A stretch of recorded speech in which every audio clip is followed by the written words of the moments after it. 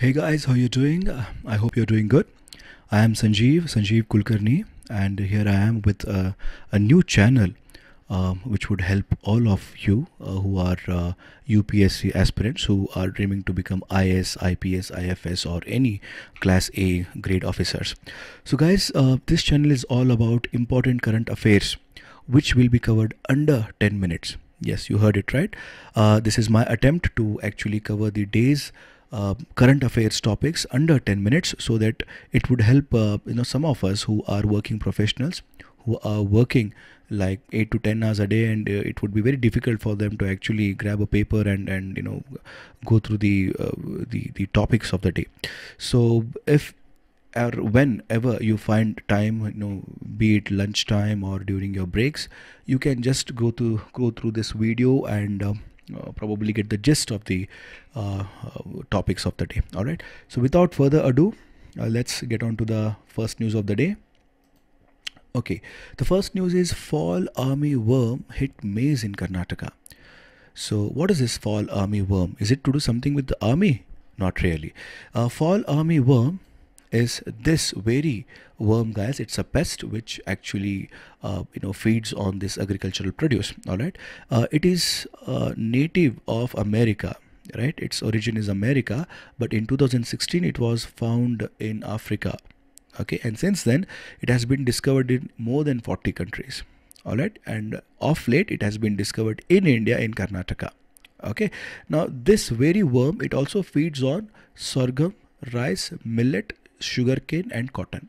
So the farmers of these grains are very much in trouble until and unless they contain or stop it.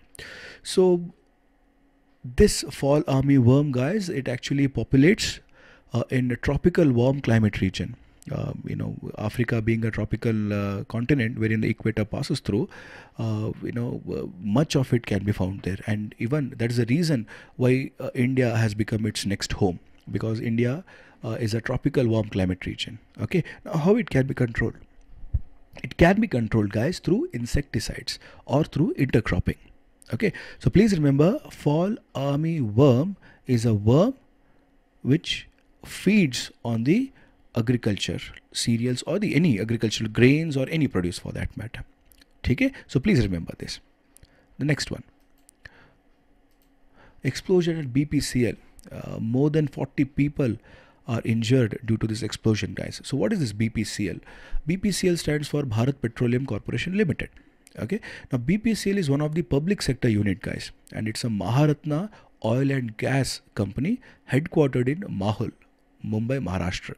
Okay, so these PSUs, that is public sector units, are categorized into mini ratnas, maharatnas and navratnas. All right, so this is a Maharatna, guys. Okay, and Mahul is a place where explosion has taken place now.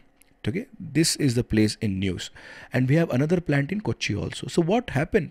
What really happens in this plant, guys? It's a refinery project. It's a refinery place wherein the crude oil is introduced and it is broken down into several other components. Okay, so what exactly is hydrocracking? Hydrocracking is a two-stage process combining catalytic cracking and hydrogenation. Heavier feedstock are cracked in the presence of hydrogen to produce more desirable products, and high pressure, high temperature, a catalyst and hydrogen, they are employed here. All right, so what exactly is that? In a gist, can you see here? It's a distillation chamber, guys. Here is where crude oil is introduced and distilled. Okay, at the bottom you can find all the heavier compounds here, carbon with C20 to C70, heavier molecules of carbon. Okay, heavier compound, and here at the top we have very light carbon molecules, C1 to C9 or C10 to C16. Okay, the lighter it is, the lesser the number of carbon molecules, and lesser is the chance of pollution, and higher the number of carbon molecules, higher is the chance of pollution. So hydrocracking is cracking these heavy carbon molecules or heavy carbon compounds into lighter carbon compounds with the help of a catalyst and hydrogen. All right, this is hydrocracking for you. Okay, so you know when anything is asked regarding hydrocracking, you know what would be the right answer. All right. So next news is Foreign Secretary in US for 2+2 talks. So what is this 2+2 talks, guys? Let's hit the bullseye here. What is 2+2 talks? 2+2 dialogue is a meeting between two ministries of one nation with the corresponding ministries of the other nations. In this case, in this context, it's a meeting between a Minister of External Affairs and Defense Minister of India with their counterparts in other nation, that is USA. Okay, so the Sushma Swaraj, who is the Minister of External Affairs, and our Defense Minister, both are planning for a dialogue with the External Affairs Secretary of USA and the Defense Secretary of USA. Okay, now what does this indicate? It indicates growing India-US nearness, guys. Okay, so how do we see that? India has been granted strategic trade authorization by USA of late.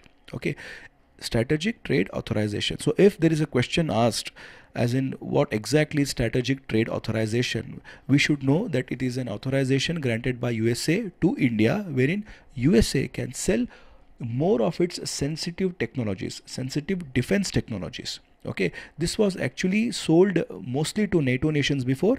Now it is selling it to India also. It is seeing India as its one of the allies. Okay, this is very important, guys. Okay, so let's go to the next topic now. Article 35A. What is Article 35A? Article 35A grants power to the state legislature of Jammu and Kashmir to decide who is the PR of the state. And the PR of the state has the right to get a public sector job or to acquire a property or to be part of any welfare programs, to get scholarships or any other benefits. Okay, let's say a person from Madhya Pradesh, if he goes to Jammu and Kashmir, he would not be eligible for any of this. So this very Article 35A was promulgated, was brought into force by presidential order. Okay, President Rajendra Prasad, with the advice of Jawaharlal Nehru, he brought in this Article 35, and Article 371D gives power to the president to do this. Okay, but however, Article 368 says only Parliament can amend the Constitution, and that's what the uproar in Jammu and Kashmir is right now. Okay, people there are protesting it. They say that it violates the fundamental rights of equality and equal treatment.